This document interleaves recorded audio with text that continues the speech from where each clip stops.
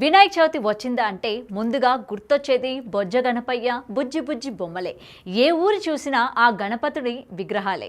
వీధి వీధిన వెరైటీ విగ్రహాలతో మూషిక వాహనుడు మనకు దర్శనమిస్తాడు. అందుకే వినాయక చవితి వచ్చిందంటే రాష్ట్రంలో ఉన్న వెరైటీ ఆలోచనలన్నీ బయటపడుతుంటాయి. ట్రెండ్కి తగ్గట్టు కూడా వినాయకుడిని మలుస్తుంటారు. అయితే కొందరు యువకులు వెరైటీగా రూపాయి కాయిన్స్ వినాయకుడిని రూపొందించారు. మరెందుకు ఆలస్యం? అదేంటో ఇప్పుడు చూద్దాం.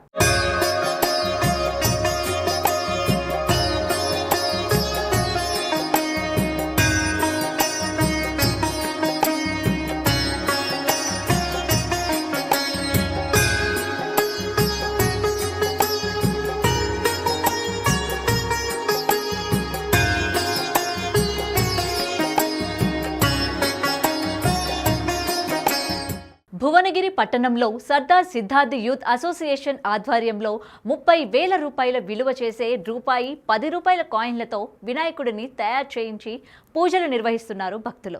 ప్రతి సంవత్సరం డిఫరెంట్గా వినాయక ప్రతిమలను రూపొందిస్తుంటారు. అయితే ఈసారి ఇంకాస్త వినూత్నంగా ముందుకెళ్లి ఏకంగా వేలాది రూపాయల కాయిన్స్తో వినాయక ప్రతిమను తయారు చేశారు. 1 రూపాయి 10 రూపాయల నాణేలతో వినాయక ప్రతిమను రూపొందించారు. అయితే మొత్తం సుమారు 30,000 రూపాయలు వెచ్చింది. 10 రోజుల పాటు శ్రమించి ప్రతిమను రూపొందించినట్లు నిర్వాహకులు తెలిపారు.